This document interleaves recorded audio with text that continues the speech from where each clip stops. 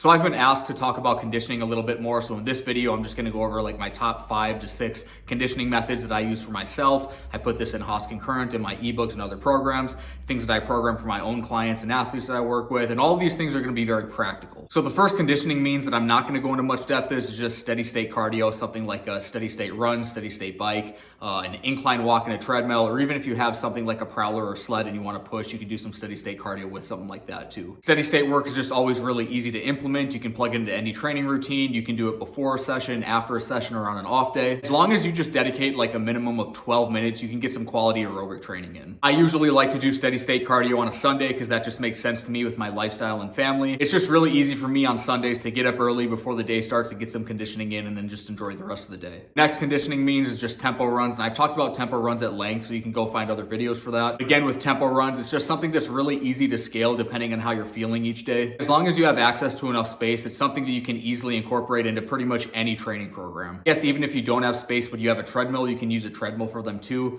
I like to do something like 1 to 2 sets of 10 to 16 reps or so of 70 to 100 yards. Take something like 40 seconds in between reps and then 2 to 3 minutes or so between sets. And obviously you can play around with the rest between sets, rest between reps, and the distance covered. The reps should be ran at somewhere between 65 and 70% speed. So those are the 2 conditioning means that are probably most common. So the next one I'm going to talk about is just high intensity interval training on a bike. These are my go-to when you're wanting to train your anaerobic threshold. Sprint on the bike as hard as possible for 30 to 45 seconds. You should get to about 85 to 95% of your heart rate max, and it should be extremely uncomfortable. Take nearly a full recovery and repeat for 4 to 5 rounds. Honestly, 3 rounds is probably enough for most people, especially if it's your first time. When you do something like this, the entire workout will take like 15 minutes because of the long rest, but you'll feel like you accomplished a ton from it. And I like using a bike for this because it just spares your legs a little bit more than running does. So when you do this on a bike, you still feel like you can train hard the next day. So the next conditioning means I'm going to talk about is shuttle runs, and pretty much any sort of shuttle run is good with me. I like gassers, half gassers, 150-yard shuttles, 300, 60-yard shuttles, doesn't matter to me. Depending on the work to rest ratio, you're going to be training slightly different energy systems, and you'll have to adjust the total number of reps you perform and how spaced out the conditioning sessions should be. Pretty much all these types of conditioning is going to stress the fast glycolysis system. I've mentioned before that I think this system is often overlooked in mainstream strength and conditioning, but I also wouldn't prioritize this type of training if you're getting a large dose of it in your sport, say you play basketball or hockey. For athletes that play those sports or even something like lacrosse, this type of conditioning is likely used better as a test than as a training means. Another conditioning drill I like to use is float fly sprints. This is a drill where you alternate between sprinting and submaximal sprinting down the length of a field or a track. Say you're on a football field, so you have 100 yards to cover. You could sprint for 20, coast for 20, sprint for 20, coast for 20, sprint for 20. That covers 100 yards. This is a drill that could be done with different points of emphasis depending on how you approach it. You could easily implement it as a way to train speed endurance. I mainly use it as a way to add novelty and intensity to tempo runs. Now, the last conditioning means that I'm going to mention is repeated submaximal sprints. This is where you take a percentage of your best sprint time, so say a 10-yard fly, say your 10-yard fly is a 1.1. Now you just want to maintain 80 to 85% of that speed for repeated reps. So it's a little bit different from repeated sprint ability where you're trying to perform at max effort and limit the drop off from rep to rep. You're just staying above or maintaining that 80 to